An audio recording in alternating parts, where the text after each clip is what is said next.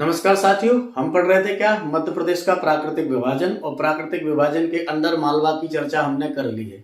इसके बाद हम अगले प्राकृतिक प्रदेश की चर्चा कर रहे थे और वो प्राकृतिक प्रदेश था बुंदेलखंड। बुंदेलखंड का एक लेक्चर हम देख चुके हैं जिसमें हमने बुंदेलखंड के पठारी प्रदेश का संपूर्ण परिचय लिया है। अब हम जो शुरू करना चाहते हैं वो हम शुरू करना चाहते हैं बुंदेलखंड के पठार के अंतर्गत आने वाले मध्य प्रदेश के महत्वपूर्ण जिले। जो महत्वपूर्ण जिले बुंदेलखंड के पठार के अंतर्गत आते हैं उनमें से हमने पहला जिला लिया है छतरपुर। आज हमारा जो बिंदु रहेगा वो छतरपुर पर केंद्रित रहेगा। छतरपुर में कौन कौन से ऐसे ऐतिहासिक स्थल हैं, धार्मिक स्थल हैं जो एग्जाम के पॉइंट ऑफ व्यू से बहुत ज्यादा जरूरी हैं, तो हम छतरपुर की चर्चा शुरू करते हैं अब। ठीक है, तो देखो जरा, सबसे पहले ये आप जो देख रहे हैं ये छतरपुर है। हम छतरपुर का सबसे पहले परिचय देखेंगे। हम छतरपुर का सबसे पहले क्या देखेंगे? परिचय। तो देखो, परिचय के अंतर्गत सबसे पहले हमें नाम से परिचित होना पड़ेगा कि छतरपुर को छतरपुर कहा क्यों जाता है। तो देखो, छतरपुर को छतरपुर कहे जाने के पीछे का कारण क्या है? कारण ये है कि छतरपुर में बुंदेल राजवंश का शासन था। बुंदेल राजवंश के शासन से पहले यहाँ पर चंदेलों का शासन था। बुंदेलों के जो शासक थे राजा रुद्र प्रताप सिंह, उन्हीं के वंशज थे राजा चंपत राय। चंपत राय के लड़के थे महाराजा छत्रसाल। महाराजा छत्रसाल ने जिस शहर की स्थापना की थी वो शहर वर्तमान का छतरपुर है। कहने का मतलब ये कि महाराजा छत्रसाल के नाम पर या छतरपुर शहर का नाम पड़ा छतरपुर। ठीक है, अब देखो, अब यहाँ पर आपको ये बात और जानना है कि जो महाराजा छत्रसाल हैं, इन छत्रसाल को उपनाम और दिया जाता है। महाराजा छत्रसाल को बुंदेलखंड केसरी के नाम से भी जाना जाता है। किस नाम से जाना जाता है? तो बुंदेलखंड केसरी। बुंदेलखंड केसरी के नाम से भी जाना जाता है महाराजा छत्रसाल को, और इन्हीं को बुंदेलखंड शिवाजी के नाम से भी जाना जाता है। तो ये इनके उपनाम हैं, इनके महाराजा छत्रसाल के। चंपत राय के लड़के थे महाराजा छत्रसाल, जिन्हें बुंदेल केसरी या फिर बुंदेलखंड का शिवाजी उपनाम से जाना जाता है। ये सवाल भी बन सकता है, पूछा जा सकता है कि किसे बुंदेलखंड केसरी के नाम से जाना जाता है? महाराजा छत्रसाल को बुंदेलखंड केसरी के नाम से जाना जाता है। इन्हीं महाराजा छत्रसाल ने जिस शहर की स्थापना की थी वो शहर था छतरपुर, इसीलिए इस छतरपुर का नाम छत्रसाल के नाम पर पड़ा छतरपुर। छतरपुर को एक उपनाम मिलता है और वो उपनाम मिलता है जेजाग भुक्ति।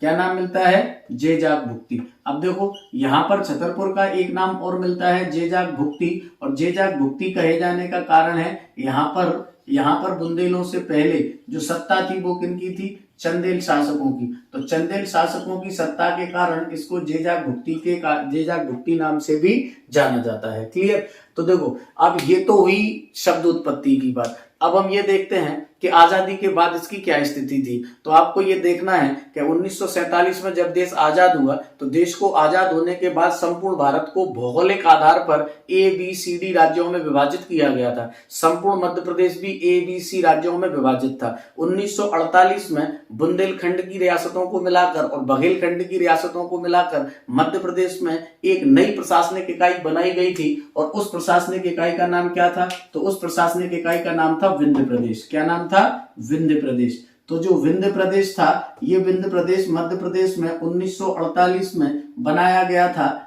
कौन कौन सी रियासतों को मिलाकर? तो बुंदेलखंड की रियासतों को मिलाकर और बघेलखंड की रियासतों को मिलाकर। इन दोनों रियासतों को मिलाकर जो नई प्रशासनिक इकाई बनाई थी विंध्य प्रदेश, इसे मध्य प्रदेश का भाग C कहा जाता था। इसे मध्य प्रदेश का भाग C कहा जाता था। इसी भाग C के अंतर्गत आता था छतरपुर। इसी भाग C के अंतर्गत क्या आता था? छतरपुर आता था। इसके बाद क्या हुआ? इसके बाद आप सबको पता है कि 1956 में भाषाई आधार पर जब भारत में राज्यों का गठन हुआ, उस समय 14 राज्यों के साथ मध्य प्रदेश का भी गठन किया गया, और जो ABC का दर्जा था ये दर्जा खत्म कर दिया गया। और 1956 में जब मध्य प्रदेश का 43 जिलों के साथ गठन किया गया तो इन 43 जिलों में एक जिला था छतरपुर। एक जिला क्या था? छतरपुर। उसके बाद 1956 से आज वर्तमान तक छतरपुर हमारे समक्ष जो उपस्थित है वो वर्तमान का छतरपुर ये है, और आज ये सागर संभाग के अंतर्गत आने वाला एक जिला है। आज ये जिस संभाग के अंतर्गत आता है वो संभाग है सागर।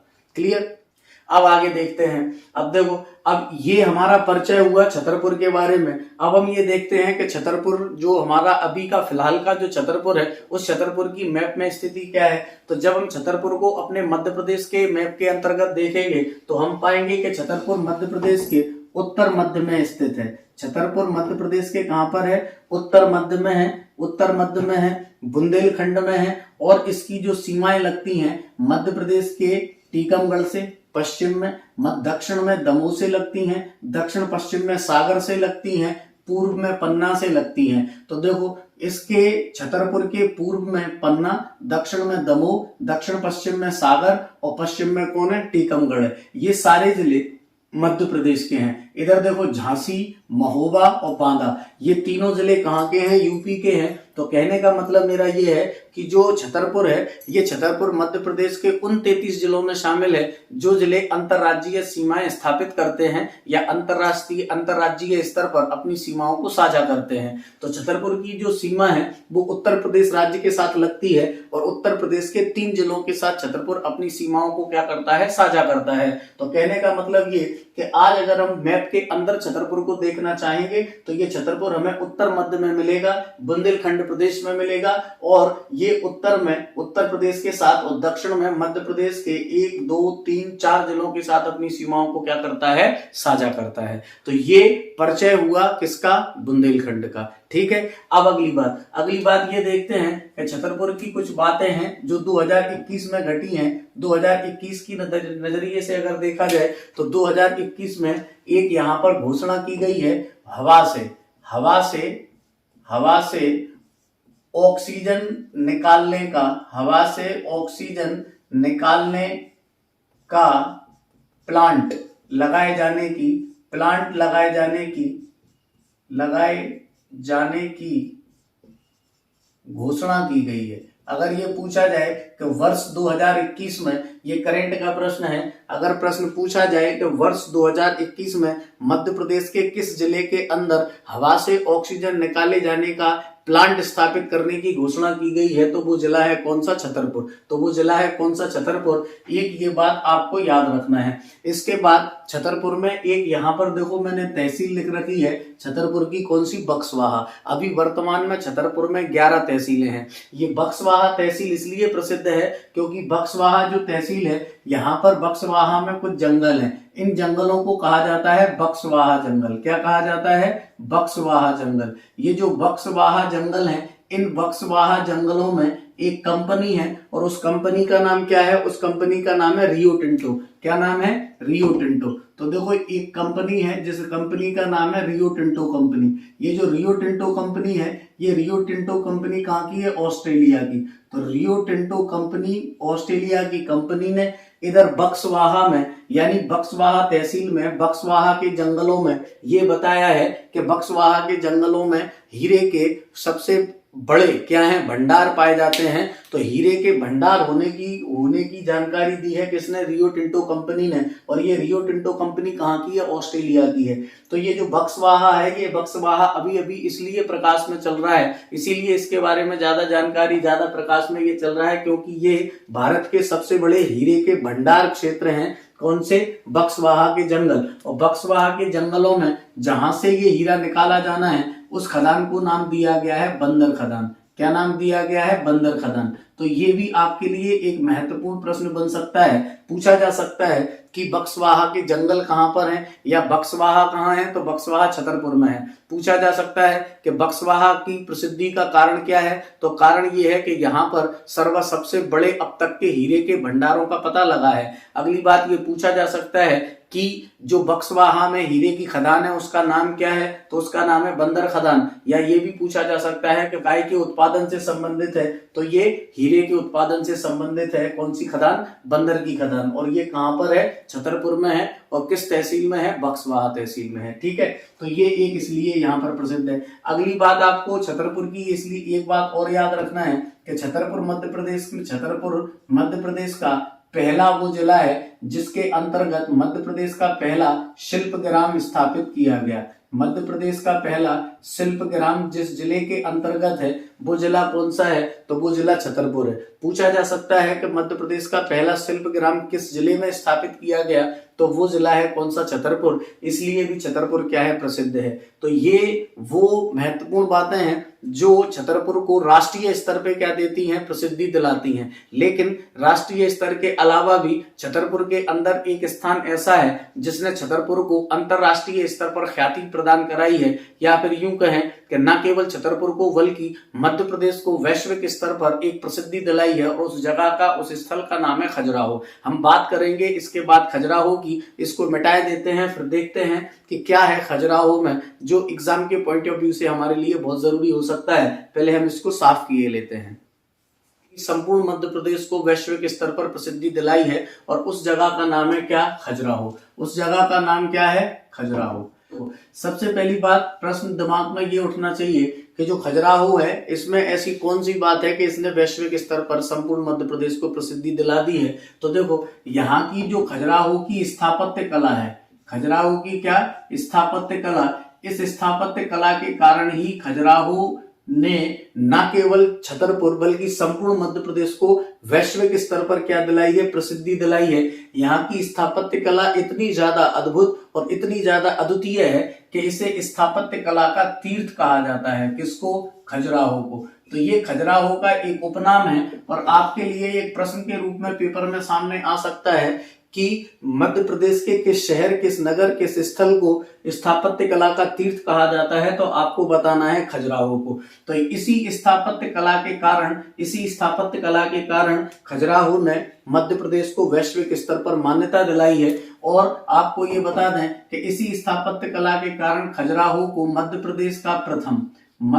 का प्रथम विश्व धरोहर स्थल, मध्य प्रदेश का प्रथम विश्व धरोहर स्थल क्या किया गया, धरोहर स्थल घोषित किया गया। तो ये भी एक अच्छा प्रश्न है, आ सकता है, पूछा जा सकता है कि मध्य प्रदेश का पहला विश्व धरोहर स्थल कौन सा है, तो मध्य प्रदेश का पहला विश्व धरोहर स्थल है खजुराहो। और पूछा जाए कि मध्य प्रदेश में सबसे पहला जो विश्व धरोहर स्थल है ये कब घोषित हुआ या कब बनाया गया, ये बनाया गया 1986 में। तो खजुराहो के अंदर की जो स्थापत्य कला है, इस स्थापत्य कला के कारण इसे कहा जाता है स्थापत्य कला का तीर्थ, और इसी वजह से खजुराहो को विश्व धरोहर स्थल के रूप में चिन्हित किया गया है, घोषित किया गया है। घोषित किया गया है, और ये मध्य प्रदेश का पहला ऐसा स्थल है जिसको विश्व धरोहर के रूप में घोषित किया गया। अब यहाँ पर आपको एक बात और ध्यान से सुन लेना है कि जो विश्व धरोहर स्थल घोषित करने का कार्यक्रम है, इस कार्यक्रम को देखने वाली संस्था का नाम है यूनेस्को। इस कार्यक्रम को देखने वाली संस्था का नाम क्या है, यूनेस्को। और ये जो यूनेस्को है, ये यूनेस्को एक इकाई है किसकी, यूएनओ की। किसकी इकाई है, यूएनओ की। तो यूएनओ के अंतर्गत ये एक संस्था है यूनेस्को, जो किसी भी देश के सांस्कृतिक, किसी भी देश के प्राकृतिक और किसी भी देश के सांस्कृतिक और प्राकृतिक स्थलों को क्या करती है, वैश्विक स्तर पर मान्यता प्रदान करती है, विश्व धरोहर के रूप में उनको घोषित करती है। इस यूनेस्को ने ही क्या किया है, मध्य प्रदेश के खजुराहो को विश्व धरोहर के रूप में घोषित किया। अब यहाँ पर आपको एक बात जानना है कि जो यूनेस्को है ये 3 प्रकार की विश्व धरोहरें घोषित करती है। एक विश्व धरोहर घोषित करती है प्राकृतिक, एक विश्व धरोहर घोषित करती है सांस्कृतिक। कैसी, सांस्कृतिक। तो देखो, एक विश्व धरोहर घोषित करती है सांस्कृतिक, एक विश्व धरोहर घोषित करती है प्राकृतिक, और एक विश्व धरोहर घोषित करती है मिश्रित। तो ये 3 प्रकार से क्या की जाती हैं, विश्व धरोहरें घोषित की जाती हैं। भारत में सबसे ज्यादा कौन सी है, सांस्कृतिक है, दूसरे नंबर पर भारत में प्राकृतिक है, और सबसे कम भारत में कौन सी है, मिश्रित। कम का मतलब केवल एक है, मतलब पूरे भारत में क्या, मिश्रित विश्व धरोहर, बाकी सबसे ज्यादा सांस्कृतिक धरोहरें हैं और प्राकृतिक धरोहरें हैं। अब सवाल ये उठता है कि अगर खजुराहो को विश्व धरोहर घोषित किया गया है तो खजुराहो किस प्रकार की विश्व धरोहर है, तो आपको बताना है कि खजुराहो सांस्कृतिक महत्व की क्या है, विश्व धरोहर है। ये बात आपको याद रखना है, ना तो खजुराहो प्राकृतिक है ना खजुराहो कैसी है, मिश्रित है। खजुराहो कैसी है, सांस्कृतिक विश्व धरोहर है। कैसी है, सांस्कृतिक विश्व धरोहर। अब बात करते हैं इस यूएनओ की कि यूएनओ की स्थापना कब हुई। तो बताना है कि यूएनओ की जो स्थापना है, ये यूएनओ की स्थापना नवंबर कब, 16 नवंबर 1945 को इसकी क्या की गई, औपचारिक क्या की गई, स्थापना की गई। इसके बाद 4 नवंबर 1946 को इसका संविधान बनने के बाद, हस्ताक्षर होने के बाद ये विधिवत रूप से क्या कर दी गई, स्थापित कर दी गई और इसने अपना काम शुरू कर दिया। अब पूछा जाए कि इसका मुख्यालय कहाँ है, तो इसका मुख्यालय कहाँ पर है, फ्रांस में। इसका मुख्यालय कहाँ पर है, फ्रांस में। और फ्रांस की जो राजधानी है पेरिस, इस पेरिस में क्या है, इसका मुख्यालय है। किसका, यूनेस्को का। और पूछा जाए कि अभी वर्तमान में इसके अध्यक्ष कौन है, तो इसके वर्तमान में इसके अध्यक्ष हैं कौन, आंद्रे अजोले। क्या है, आंद्रे अजोले इसके वर्तमान में कौन है, तो आंद्रे अजोले वर्तमान में इसके कौन है, अध्यक्ष हैं। क्लियर। और पूछा जाए कि आंद्रे अजोले किस देश के रहने वाले हैं, तो ये फ्रांस के ही क्या है, रहने वाले हैं आंद्रे अजोले। तो पूछा जाए कि अभी वर्तमान में यूनेस्को के अध्यक्ष कौन है, आंद्रे अजोले हैं और ये रहने वाले कहाँ के हैं, फ्रांस के हैं।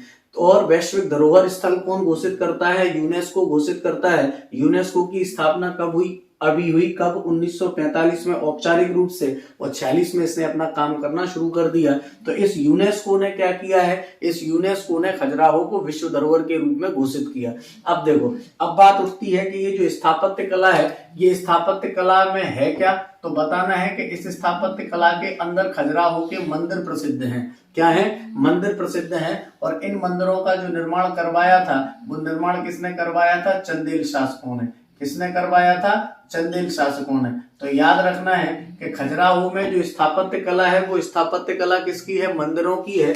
और ये मंदिर किसने बनवाए थे, ये मंदिर बनवाए थे चंदेल शासकों ने। तो आपको एक बात और याद रखना है कि खजुराहो को स्थापत्य कला का तीर्थ तो कहते ही कहते हैं, लेकिन ये खजुराहो चंदेलों की राजधानी भी थी, इसीलिए इसे जैजाक भुक्ति के नाम से भी जाना जाता है। आपको घबराना नहीं है, चीजों को ठीक से समझना है। मैंने अभी कुछ देर पहले मैंने जैजाक भुक्ति छतरपुर को भी कहा है, लेकिन छतरपुर को कहे जाने का कारण भी यही है क्योंकि यहाँ पर चंदेलों की सत्ता रही है और खजुराहो इनकी राजधानी रही है, इसीलिए खजुराहो को भी क्या कहा जाता है, तो खजुराहो को भी जैजाक भुक्ति कहा जाता है। लेकिन खजुराहो को स्थापत्य कला का तीर्थ भी कहा जाता है। खजुराहो को मध्य प्रदेश का पहला विश्व धरोहर स्थल भी कहा जाता है। अब देखो, यहाँ पर ये चंदेल शासकों ने तो बनवाए हैं, लेकिन इसके अंदर भी एक बेहतरीन प्रश्न बन सकता है, और वो प्रश्न बन सकता है कि कौन से चंदेल शासकों ने यहाँ पर सबसे ज्यादा मंदिरों का निर्माण करवाया है। तो 2 चंदेल शासकों के नाम यहाँ महत्वपूर्ण होते हैं। एक तो शासक का नाम है धंग और एक शासक का नाम है यशोवर्मन। एक का नाम है धंग और एक का नाम है यशोवर्मन। ये 2 वो चंदेल शासक हैं जिन्होंने खजुराहो के अंदर सर्वाधिक मंदिरों का क्या करवाया है, निर्माण करवाया है। ठीक है, तो ये बात आपको याद रखना है। अगला इनका जो निर्माण हुआ, ये इनका निर्माण 10वीं सदी से लेके 11वीं सदी के बीच हुआ। 10वीं सदी से लेके 11वीं सदी के बीच इन मंदिरों का निर्माण हुआ। और अगर पूछा जाए कि कब से कब तक, तो 950 से लेके 1050 एडी तक इनका क्या हुआ है, निर्माण हुआ है। किनका, खजुराहो के मंदिरों का। यानी लगभग 100 वर्ष तक, यानी लगभग कितने वर्ष तक, 100 वर्ष तक इन मंदिरों का निर्माण होता रहा है। किनका, खजुराहो के मंदिरों का। अगली बात आपसे पूछा जा सकता है कि जो खजुराहो के मंदिर हैं, इन मंदिरों की संख्या कितनी है, तो देखो इनकी प्रारंभ में संख्या कितनी थी, 85, और वर्तमान में जो जिंदा हालत में मंदिर हैं उनकी संख्या कितनी है, 22। ये भी पूछा जा सकता है कि खजुराहो की वर्तमान में मंदिरों की संख्या कितनी बची है,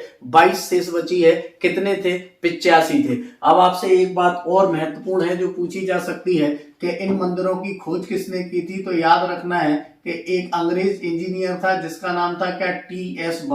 बर्ट ने इन मंदिरों को क्या किया था, खोजा था। तो पूछा जाए कि खजुराहो के मंदिरों की खोज किसने की, तो वो किसने की थी, टी.एस. बर्ट ने की थी। अगली बात, जो यहाँ की स्थापत्य कला है, जो मंदिर है, इनकी जो शैली है इन मंदिरों की, वो शैली कौन सी है, नागर शैली। अगर पूछा जाए कि खजुराहो के मंदिरों को किस शैली में निर्मित किया गया है, तो खजुराहो के मंदिरों को जिस शैली में बनाया गया है वो शैली है कौन सी, नागर शैली। और पूछा जाए कि किन पत्थरों से बनाया गया है, तो ये जो मंदिर बनाए गए हैं ये बलुआ पत्थरों से निर्मित हैं। लाल बलुआ पत्थरों से इन मंदिरों का क्या किया गया है, निर्माण किया गया है। क्लियर है इतना। अब आगे देखते हैं। अगली बात देखो, ये जो पूरे के पूरे मंदिर हैं, अगर ये देखा जाए कि ये मंदिर किस धर्म से संबंधित हैं, तो ये मंदिर हिंदू धर्म से भी संबंधित हैं और ये मंदिर जैन धर्म से भी संबंधित हैं। दोनों धर्मों से ये मंदिर क्या है, संबंधित हैं। लेकिन यहाँ पर आपको एक बात याद रखना है कि हिंदुओं के अंदर ये शैव संप्रदाय से संबंधित हैं और हिंदुओं के अंदर ये वैष्णव संप्रदाय से संबंधित हैं। अगर आपसे संप्रदाय पूछा जाए, अलग अलग पूछा जाए, धर्म पूछा जाए तो हिंदू धर्म और जैन धर्म से संबंधित हैं। और अगर संप्रदाय पूछा जाए, या जरूरी नहीं है कि वो संप्रदाय थे, भारी एक अवधारणा होती है संप्रदाय है क्या, धर्म है क्या, पंथ है क्या, तो वो हो सकता है कि धर्म कह दे आपसे, तो ये आपको बताना है कि ये शैव धर्म, वैष्णव धर्म और जैन धर्म से संबंधित हैं, वरना ये शैव और वैष्णव संप्रदाय हैं हिंदू धर्म के। तो ये जो मंदिर है ये मंदिर हिंदू और जैन धर्म से रिलेटेड है, चाहे कहें कि शैव, वैष्णव और जैन धर्म से रिलेटेड है। जैन धर्म से ये इतने धर्मों से इनका संबंध है, किनका, खजुराहो के मंदिरों का। क्लियर है, ठीक है। अब देखते, अब हम इसको मिटाए देते हैं। अब इन मंदिरों की आगे चर्चा करते हैं कि इन मंदिरों में और क्या खास है। तो मैं पहले इसको साफ किए देता हूं। अब देखो जरा, अब जो खजुराहो के पूरे मंदिर हैं, इन मंदिरों को 3 समूहों में विभाजित किया गया है। कितने समूहों में विभाजित किया गया है, 3 समूह। तो ये भी एक बढ़िया प्रश्न पूछा जा सकता है कि खजुराहो के मंदिरों को कितने समूहों में विभाजित किया गया है। तो खजुराहो के मंदिरों को 3 समूहों में विभाजित किया गया है। एक समूह को बोला जाता है पश्चिमी समूह। क्या बोला जाता है, पश्चिमी समूह। एक समूह को बोला जाता है पूर्वी समूह। ठीक, एक समूह है कौन सा, पूर्वी समूह, और एक समूह है कौन सा, दक्षिणी समूह।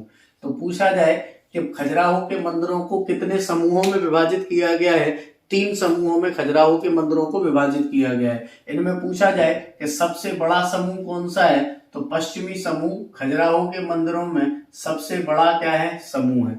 कौन सा, खजुराहो के मंदिरों में सबसे बड़ा समूह कौन सा है, पश्चिमी समूह। अलग अलग समूहों के मंदिर हैं, अलग अलग संप्रदाय के यहाँ पर क्या नाम से मंदिर हैं। ये जो पश्चिमी समूह है, ये पश्चिमी समूह हिंदू धर्म से संबंधित है।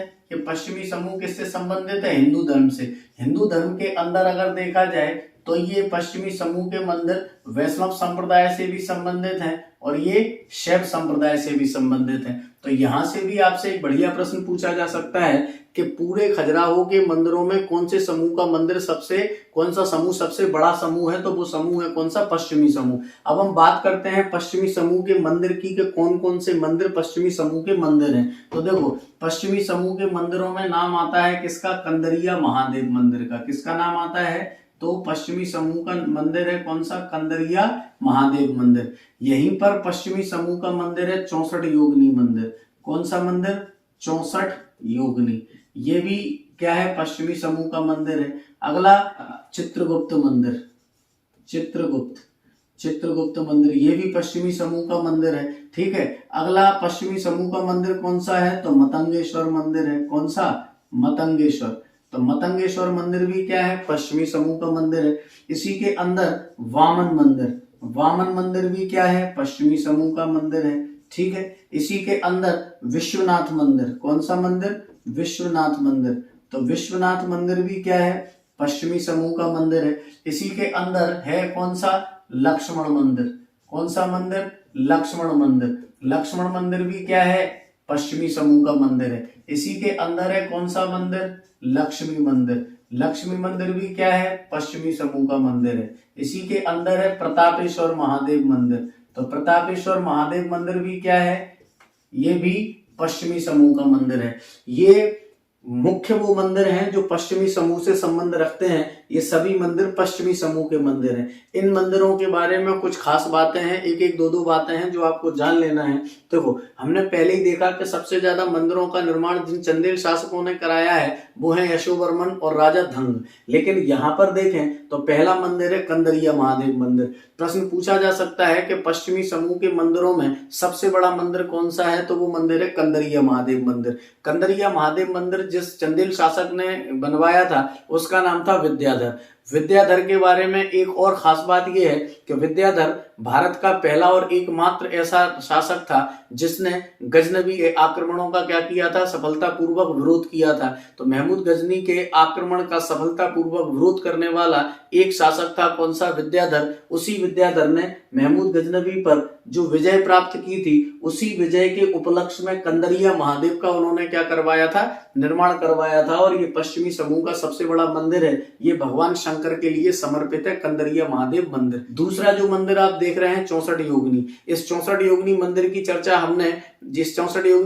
चर्चा हमने जबलपुर में भी की है। इस 64 योगिनी की चर्चा हमने उज्जैन में भी की है। इसी 64 योगिनी की चर्चा हम मुरैना के अंदर मिताली नामक स्थान पर करेंगे, जो मिताली में भी क्या नाम से ये स्थल है, कौन सा, 64 योगिनी मंदिर है। और खजुराहो में भी 64 योगिनी मंदिर है। तो कहने का मतलब मध्य प्रदेश के जबलपुर में भी है 64 योगिनी मंदिर, 64 योगिनी मंदिर उज्जैन में भी है, मुरैना में भी है, और ये खजुराहो में भी है। ठीक है, तो ये भी 64 योगिनी मंदिर खजुराहो में भी है। चित्रगुप्त जो मंदिर है, ये चित्रगुप्त मंदिर की खास बात ये है कि चित्रगुप्त मंदिर को भी किसने बनवाया था, राजा विद्याधर के द्वारा ही बनवाया गया था। चित्रगुप्त मंदिर खजुराहो के अंदर जितने भी मंदिर हैं, उन मंदिरों में एकमात्र मंदिर है जो सूर्यदेव के लिए समर्पित है। तो पूछा जाए कि सूर्यदेव के लिए समर्पित मंदिर कौन सा है, तो चित्रगुप्त मंदिर है। और इस मंदिर को भरत जी मंदिर नाम से भी जाना जाता है। किस नाम से जाना जाता है, भरत जी मंदिर। तो पूछा जाए भरत जी मंदिर या चित्रगुप्त मंदिर, ये मंदिर किस देवता के लिए समर्पित है, तो ये सूर्यदेव के लिए समर्पित है। मतंगेश्वर ये महादेव के लिए समर्पित है। वामन मंदिर ये भगवान विष्णु के लिए समर्पित है। विश्वनाथ मंदिर ये भी शंकर जी के लिए समर्पित है। इसकी विशेषता ये है कि इसमें नन्नुक से लेकर, किससे लेकर, नन्नुक से लेकर राजा धंग तक के चंदेल शासकों की वंशावली है। तो पूछा जाए कि किस मंदिर के अंदर चंदेल शासकों की वंशावली है, तो विश्वनाथ मंदिर के अंदर चंदेल शासकों की वंशावली है। नन्नुक से लेकर राजा धंग तक की वंशावली विश्वनाथ मंदिर में हमें देखने को मिलती है। ये लक्ष्मण मंदिर है। ये लक्ष्मण मंदिर नाम जरूर लक्ष्मण मंदिर है, लेकिन ये भगवान विष्णु के लिए क्या है, समर्पित है। ये लक्ष्मी मंदिर है। ये प्रतापेश्वर महादेव मंदिर है। तो ये सारे के सारे मंदिर जो हैं वो किस समूह के मंदिर हैं, तो ये सभी के सभी पश्चिमी समूह के मंदिर हैं। ये बात आपको याद रखना है। और भी मंदिर हैं पश्चिमी समूह में, लेकिन ये कुछ मुख्य मंदिर हैं जिनके बारे में आपसे पूछा जा सकता है। अगला देखो, अगला अब हम देखते हैं कौन सा समूह, पूर्वी समूह। अगला हम देखते हैं कौन सा समूह, पूर्वी समूह। तो देखो पूर्वी समूह के मंदिरों की अगर बात करें तो पूर्वी समूह के मंदिरों में नाम आता है जाबरी मंदिर का। किसका, जाबरी मंदिर का। पूर्वी समूह के अंदर नाम आता है घंटा मंदिर का। पूर्वी समूह के अंतर्गत नाम आता है किसका, पार्श्वनाथ का, पार्श्वनाथ मंदिर का। ये भी पूर्वी समूह के अंदर मंदिर है। वामन मंदिर का, किसका, वामन मंदिर का। देखो ये मैंने यहाँ पर वामन लिखा है, ये वामन नहीं है, ये बरा है। ये है कौन सा, बरा, और ये है कौन सा, वामन। तो जो वामन मंदिर है, पार्श्वनाथ मंदिर है, घंटा मंदिर है, जाबरी मंदिर है, ये पूर्वी समूह के मंदिर है। ये किसके मंदिर है, पूर्वी समूह के। यहाँ पर जाबरी मंदिर भगवान विष्णु को समर्पित है, घंटा मंदिर ऋषभनाथ को समर्पित है, पार्श्वनाथ मंदिर पार्श्वनाथ को समर्पित है, और वामन मंदिर भगवान विष्णु को समर्पित है। तो कहने का मतलब ये वैष्णव और जैन संप्रदाय से संबंधित हैं, काय में, पूर्वी समूह में। तो पूछा जाए कि किस समूह के अंदर जैन और कौन से वैष्णव धर्म से संबंधित मंदिर हैं, तो खजुराहो के पूर्वी समूह में जैन और वैष्णव धर्म से संबंधित मंदिर हैं। इनमें से पार्श्वनाथ मंदिर इस समूह में, पार्श्वनाथ मंदिर इस समूह का सबसे बड़ा जैन मंदिर है। तो ये बात आपको याद रखना है, ये पूर्वी समूह के मंदिर हैं। क्लियर। अगली देखो, अगली बात हम करते हैं किसकी, दक्षिणी समूह की। अगली हम बात करते हैं किसकी, दक्षिणी समूह की। जब ये पूछा जाए कि दक्षिणी समूह के मंदिर कौन से हैं, तो एक मंदिर का नाम है दूलादेव मंदिर, दूसरा इस मंदिर का नाम है चतुर्भुज मंदिर। कौन सा मंदिर, चतुर्भुज मंदिर। तो देखो ये दक्षिणी समूह के मंदिर हैं, दूलादेव मंदिर और चतुर्भुज मंदिर। ठीक है, तो ये हमने तीनों समूहों के मंदिर देखे किसके अंदर, खजुराहो के अंदर। क्लियर। तो ये खजुराहो के मंदिरों के तीनों समूहों के मंदिरों के बारे में हमने जाना। अब यहाँ के मंदिरों की एक और खास बात है, वो बात ये है कि जो मंदिर है वो वासना में क्या की गई है, इस पर वासना या फिर हम कह सकते हैं कामुक कला का क्या किया गया है, प्रदर्शन किया गया है। तो ये मध्य प्रदेश के वो मंदिर हैं जिसमें वासना या कामुकता दिखाई गई है। लेकिन आपको ये बात भी याद रखना है कि ये कामुकता, ये वासना यहाँ की कुल स्थापत्य कला का केवल 10% है। बाकी 90% भारतीय संस्कृति और भारतीय कला और भारतीय सभ्यता के बारे में बताया गया है। केवल 10% यहाँ पर कामुकता और वासना के चित्रांकन किया गया है। ये बात भी आपको याद रखना है। ये खजुराहो की प्रसिद्ध बात है। ये मंदिर है कहाँ के? खजुराहो के। और यही वो मंदिर हैं जिन मंदिरों के कारण खजुराहो को विश्व धरोहर घोषित किया गया है। क्लियर है? तो देखो ये हमने बात की खजुराहो के मंदिरों की। ठीक है, अगली बात देखो, अब खजुराहो में एक महोत्सव मनाया जाता है जिसको बोला जाता है खजुराहो महोत्सव। क्या बोला जाता है? खजुराहो महोत्सव। तो खजुराहो जो महोत्सव है, ये खजुराहो महोत्सव कहाँ मनाया जाता है? खजुराहो में। तो ये भी खजुराहो की एक महत्वपूर्ण बात है। अगली बात अगर देखा जाए तो खजुराहो में जटकारा पुरातात्विक स्थल है। जटकारा पुरातात्विक स्थल पूछा जाए कि जटकारा पुरातात्विक स्थल कहाँ है, तो जटकारा पुरातात्विक स्थल छतरपुर में है। और छतरपुर के अंदर कहाँ है? खजुराहो में। क्या? जटकारा पुरातात्विक स्थल। खजुराहो में एक और महत्वपूर्ण बात है, वो आपको याद रखना है कि यहाँ पर आदिवासी कला संग्रहालय भी है। यहाँ पर आदिवासी कला संग्रहालय भी है। यहाँ पर जो आदिवासी कला संग्रहालय है, ये आदिवासी कला संग्रहालय भी कहाँ पर है? खजुराहो के अंदर। क्लियर? इतना समझ आ गया। तो इतनी बातें हमें याद रखना है किसकी? खजुराहो की। अब अगली बात खजुराहो की देखो और क्या है।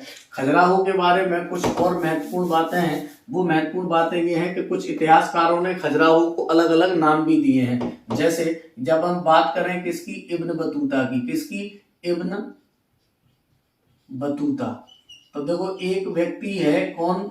Ibn Battuta. इब्न बतूता ने इसे कजारा नाम दिया है। क्या नाम दिया है? कजारा। और जब बात करते हैं किसकी? अल-बरूनी की। जब बात करते हैं किसकी? अल-बरूनी की। तो अल-बरूनी ने इसे नाम क्या दिया है? तो अल-बरूनी ने इसे नाम दिया है क्या? जैजाहुती। क्या नाम दिया है? जैजाहुती। ठीक है। और यही बात अगर हम करते हैं किसकी? चंद्रबरदाई की। किसकी करते हैं? चंद्रबरदाई की। तो चंद्रबरदाई ने इसको खजूरपुर नाम दिया है। क्या नाम दिया है? खजूरपुर। और यही बात अगर हम ह्वेनसांग की करते हैं, किसकी करते हैं? ह्वेनसांग की। तो ह्वेनसांग ने इसको चिचितो नाम दिया है। क्या नाम दिया है? चिचितो। तो ये चिचितो नाम, खजूरपुर नाम, जैजाहुती नाम, कजारा नाम, ये सारे नाम किसके हैं? खजुराहो के हैं। अलग अलग लोगों ने अलग अलग इसको क्या दिया है? नाम दिया है। ठीक है। अब देखो इतना आपको खजुराहो के बारे में याद रखना है। एक खजुराहो का पुराना नाम खरजूरबाहा या खजूरपुर भी मिलता है। वो इसी का नाम है, किसका? खजुराहो का। तो ये खजुराहो के बारे में इतनी बातें आपको याद रखना है। क्लियर? अब इसको मिटा दें, अब आगे चलते हैं। देखो हमने बात कर ली है किसकी? बक्सवाहा की। हमने बात कर ली है किसकी? खजुराहो की। अब हम बात कर रहे हैं किसकी? नौगांव की। अब हम बात कर रहे हैं किसकी? नौगांव की। तो देखो छतरपुर के अंदर नौगांव एक तहसील है। इस तहसील के अंदर एक पंचायत है। उस पंचायत का नाम है क्या? मऊ सहानिया। क्या नाम है? मऊ सहानिया। ठीक है। तो देखो यहाँ पर पंचायत का नाम है क्या? मऊ सहानिया। इस मऊ सहानिया के अंदर एक कस्बा है जिसका नाम है धुबेला। क्या नाम है? धुबेला। तो देखो जैसे खजुराहो है ना, खजुराहो किस लिए प्रसिद्ध है? चंदेल शासकों की स्थापत्य कला के लिए। वैसे ही जो मऊ सहानिया है, ये बुंदेला शासकों की इमारतों या शासकों की धरोहरों के लिए क्या है? ये प्रसिद्ध है। बुंदेला शासकों की धरोहरों के लिए प्रसिद्ध है मऊ सहानिया। अब सुनो मऊ सहानिया में क्या है? मऊ सहानिया में बुंदेला शासकों द्वारा बनाए गए महत्वपूर्ण ऐतिहासिक क्या है? इमारतें यहाँ पर हमें देखने को मिलती हैं। उन इमारतों में जैसे हम बात करें किसकी? जैसे हम बात करें बादलगढ़ी की। बात देखो किसकी करें? बादलगढ़ी। ठीक है। तो जब पूछा जाए बादलगढ़ी कहाँ है? मऊ सहानिया में है। और इसका निर्माण किसने करवाया था? तो इसका निर्माण करवाया था महाराजा छत्रसाल ने। महाराजा छत्रसाल के घोड़े का नाम मैं आपको बता दूं, इस घोड़े का नाम था महाराजा छत्रसाल के भले भाई। तो पूछा जाए कि महाराजा छत्रसाल के घोड़े का नाम क्या था? भले भाई। तो देखो बादलगढ़ी है यहाँ पर शीतलगढ़ी है। यहाँ पर कौन सी गढ़ी है, शीतलगढ़ी। ये सब बुंदेला शासकों द्वारा बनाई गई इमारतें हैं। और यहीं पर क्या है, हृदय शाह का महल है यहीं पर। कहां पर, मऊसानिया में। अगला यहीं पर अगर देखा जाए तो यहीं पर मस्तानी महल भी है। यहीं पर क्या है, मस्तानी महल। ये वो मस्तानी महल नहीं है जो बाजीराव द्वारा बनवाया गया था, ये वो मस्तानी महल है जो छत्रसाल ने खुद बनवाया था। कौन सा, मस्तानी महल। इसी में अगर देखा जाए तो यहीं पर जगत सागर तालाब भी है। यहीं पर क्या है, जगत सागर तालाब, जगत सागर तालाब। तो जगत सागर तालाब का निर्माण किसने करवाया था, जगत राव ने करवाया था, बुंदेला शासक जगत राव ने। ये जगत राव और हृदय शाह क्या थे, ये महाराजा छत्रसाल के लड़के थे। तो हृदय शाह का महल भी यहीं पर है, मस्तानी महल भी यहीं पर है। यहीं पर कमला देवी की समाधि भी है। कमला देवी की क्या है, यहाँ पर समाधि भी है। कमला देवी की यहाँ पर समाधि भी है। अगला यहाँ पर महाराजा छत्रसाल की समाधि भी है। पूछा जाए कि महाराजा छत्रसाल की समाधि कहाँ बनी हुई है, तो महाराजा छत्रसाल की समाधि भी मऊसानिया के अंदर धोबेला में बनी हुई है। कहाँ पर बनी हुई है, धोबेला में। ठीक है, तो ये बात आपको याद रखना है। ये सारे के सारे स्थल कहाँ पर है, धोबेला में है या मऊसानिया में है। या धोबेला या मऊसानिया में मऊसानिया का मेला भी आयोजित किया जाता है। काय का मेला, मऊसानिया मेला। तो मऊसानिया मेला भी लगता है धोबेला में। और इसके साथ साथ धोबेला में एक संग्रहालय भी है जिसको कहा जाता है धोबेला संग्रहालय। और ये राज्य स्तरीय संग्रहालय है। कैसा, राज्य स्तरीय। तो पूछा जाए कि धोबेला कैसा संग्रहालय है, राज्य स्तरीय संग्रहालय है। और ये पुरातत्व संग्रहालय है। और इस संग्रहालय की स्थापना कब की गई थी, तो इस संग्रहालय की स्थापना की गई थी 1957 में। कब की गई थी, 1957 में। और ये मध्य प्रदेश का पहला पुरातत्व संग्रहालय है। हालांकि इसकी जड़ें 1910 से मिलती हैं। 1910 से लेके 52 में इसका 52 तक रहा। 52 में इसका नाम बदल दिया और इसको वर्तमान में पुरातत्व संग्रहालय कहते हैं। ये राज्य स्तरीय पुरातत्व संग्रहालय है जो कहां पर है, धोबेला में। ठीक है, तो ये सारे के सारे वो स्थल हैं जो बुंदेला शासकों के कारण प्रसिद्ध हैं। खजुराहो वो था जो चंदेल शासकों के कारण प्रसिद्ध था। बात यहाँ पर मेला की आई है। तो देखो, अब इसके बाद आपको ये यहाँ पर इतनी बातें याद रखना है। ये सारी की सारी धरोहरें कहाँ पर हैं, मऊसानिया में। क्लियर। अब देखो, अगला यहाँ पर लिखा है क्या, चरण पादुका। अब हम बात करते हैं किसकी, चरण पादुका की। तो देखो, चरण पादुका के बारे में आपने पढ़ा होगा। इसको मध्य प्रदेश का जलियांवाला बाग हत्याकांड के रूप में जाना जाता है। जलियांवाला बाग हत्याकांड। तो देखो, इसको जलियांवाला बाग हत्याकांड क्यों कहते हैं, तो देखो, चरण पादुका नरसंहार को मध्य प्रदेश का जलियांवाला बाग हत्याकांड कहते हैं। कारण क्या है, तो देखो कारण सुनो। तारीख थी 14 और महीना था जनवरी का, यानी मकर संक्रांति थी। वर्ष की अगर बात करें तो वर्ष थी 1931, यानी 14 जनवरी 1931 की ये घटना है। यहाँ पर हुआ क्या था, तो यहाँ पर गांधी जी का एक आंदोलन जो भारत में उस समय चल रहा था, उसका नाम था सविनय अवज्ञा आंदोलन। क्या नाम था, सविनय अवज्ञा आंदोलन। ये सविनय अवज्ञा आंदोलन पूरे भारत में धीरे धीरे फैलता जा रहा था। तो ये सविनय अवज्ञा आंदोलन बुंदेलखंड में भी इसकी जोत चली लोगों में, और बुंदेलखंड के लोग भी इसमें शामिल हुए। तो ये होता है कि 14 जनवरी 1931 को एक व्यक्ति हैं जिनका नाम है सरजू दउआ। क्या नाम है, सरजू दउआ। इन सरजू दउआ के नेतृत्व में चरण पादुका में 14 जनवरी 1931 को एक सभा का आयोजन किया जा रहा था। और ये सभा जिसके पक्ष में थी वो आंदोलन था कौन सा, सविनय अवज्ञा आंदोलन। इस सविनय अवज्ञा आंदोलन के पक्ष में जो मीटिंग चल रही थी सरजू दउआ के नेतृत्व में, उसी समय नौगांव में एक अंग्रेज एजेंट था। उस एजेंट का नाम था फिशर। उस एजेंट का नाम क्या था, फिशर।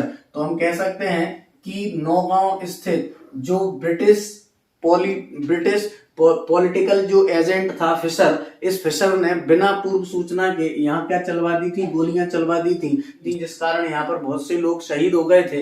इसीलिए इस घटना को जलियांवाला बाग हत्याकांड के रूप में जाना जाता है। तो चरण पादुका को क्या बोला जाता है, जलियांवाला बाग हत्याकांड बोला जाता है मध्य प्रदेश का। और ये घटना कब की है, 14 जनवरी 1931 की। मीटिंग किसके नेतृत्व में हो रही थी, तो सरजू दहुआ के नेतृत्व में हो रही थी। गोली किसने चलवाई थी, तो ये कौन था, ब्रिटिश पॉलिटिकल एजेंट था जिसका नाम था फिशर।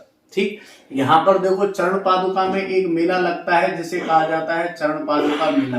तो देखो एक मेला हमने देखा मऊ सहानिया का मेला, एक मेला हमने देखा कौन सा, चरण पादुका का मेला। अगली बात, यहाँ पर एक और मेला लगता है जिसे कहा जाता है जल बिहारी का मेला। कौन सा मेला, जल बिहारी का मेला। तो यहाँ पर जल बिहारी का मेला भी लगता है। तो छतरपुर में हमने 3 मेलों की बात की, एक जल बिहारी मेला, एक मऊ सहानिया मेला, और एक हमने बात की किसकी, चरण पादुका मेले की। तो ये सारे के सारी बातें किसके अंतर्गत आपको याद रखना है, छतरपुर जिले के अंतर्गत आपको इतना याद रखना है।